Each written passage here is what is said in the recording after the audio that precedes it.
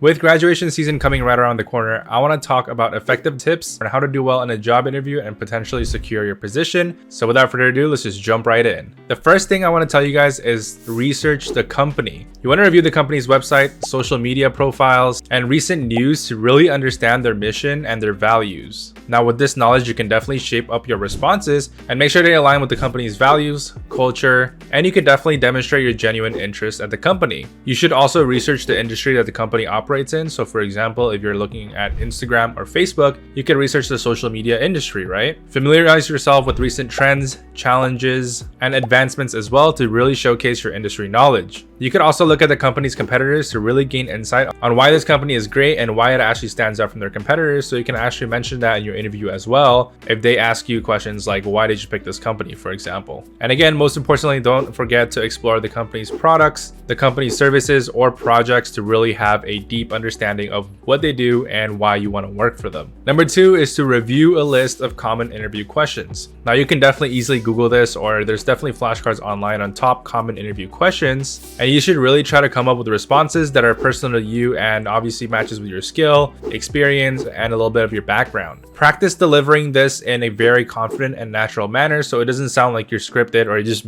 rehearsing like something from your memory, right? Try to use the STAR method, which is short for situation, task, action, and result. This approach really helps you provide specific examples and demonstrates how you actually face your challenges and your problems. Try to tailor all your answers to pretty much highlighting your adaptability, problem-solving skills, and teamwork as well. Number 3 is you want to showcase your transferable skills. So what does transferable skills really mean, right? Well, I'm sure in your resume, you probably have some kind of experience before in the past. Whether it's education, whether it's actual work and job experiences, you can definitely use these skills and try to transfer it to the incoming company. They could be as simple as communication, problem solving, teamwork, whatever it may be, or they could actually be more technical skills, right? You want to highlight specific instances where these skills that you've learned actually resulted in positive outcome. Explain also how your transferable skills will fit the job requirement and how they also align with the company's needs and values. Don't forget that companies also look for quick learners, so really demonstrate that skill that you're able to learn things on the go and your willingness as well to adapt and pick things up the way that the company has it already set up. For example, I've worked 2 years of my life in customer service, right? I've served food, I've wiped down tables, hospitality, and so on and so forth. And now I'm working as a software engineer, so how does customer service really transfer over to software engineer, right? Well, one way I put it is that,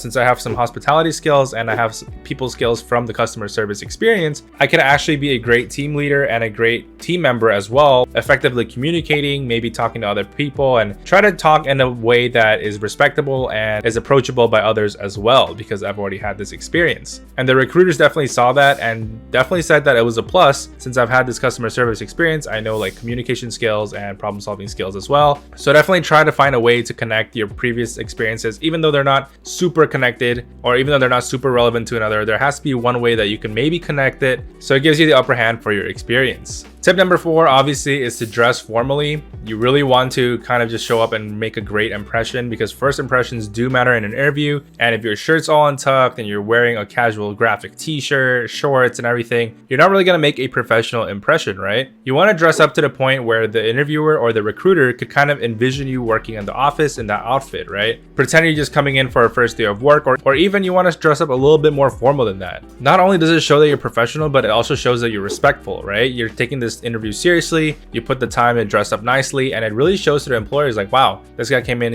looking all clean, looking all fresh. Perhaps it could kind of connect to how you put in extra effort later on when you do your work, right? It kind of has a resemblance a little bit. In opposed to coming in with a messy hair, coming in with a messy look and a very casual look, it shows no effort at all, and recruiters probably wouldn't like that in their interview. Tip number 5 is to actually prepare some questions for the interviewer. Now this is a little bit weird because I know that you're preparing answers usually when you practice for an interview, but I think you should actually prepare for good questions to ask the interviewer back at the end of the interview, right? You already know at the end of interviews, recruiters usually ask if you have any questions. Now this is a good time for you to actually ask some great questions, so that way you also know that this company is meant for you, and just different things that you'd like to know about the company that the recruiter or the job description doesn't tell you up front. Maybe focus on the culture, focus on the career development opportunities? What are the chances of you being promoted? What's, how long does it take? What's the time span of somebody, maybe getting promoted or moving up the ladder, right? Or maybe even ask the interviewer's personal experience at the company. How did they get started? What got them to, work there? It's extremely boring if, they ask you for questions and you're just like, no, I have no questions. And it doesn't make you seem very curious. It doesn't make you seem very motivated to work. Whereas if you are a motivated worker and you really want that job, you probably would have questions about it. You're curious about the company, you want to learn more, and it really shows the recruiter that you want to work at this company. And try to make your questions not very generic, right? Instead of asking, what's the company's growth strategy, or what's your plan in the future as a company? Maybe you could be a little bit more detailed. Maybe you can tell them like, oh, I noticed that, you did so and so within the past few months. What's your strategy going into the upcoming months after you've done this event, right? Like you could be a little bit more specific and make it a little bit more detailed to show that you really did your research and you're actually curious to learn more about the company. The next tip I have is to practice good body language. Now, what does this mean? This means obviously maintaining eye contact to your recruiter whenever they're actually asking you questions, and whenever you're answering questions as well. You don't want your eyes to be wandering off to the side. You want to keep the focus on your recruiter to tell the recruiter as well that you're being engaged in an interview, right? You want to have a smile on your face. You don't want to look down, or you don't want to look nervous. Try your best not to look nervous. I know that interviews are pretty nerve-wracking, but if you look nervous, it just kind of makes you a little bit more uncomfortable, and it gives the recruiter also a little bit of uncomfortable vibes. You want to smile. You want to just pretend you're having a friendly conversation with someone, because at the end of the day, you are having a conversation, right? They're just trying to get to know you more to make sure that you fit in this role. You can also try using hand gestures and just really,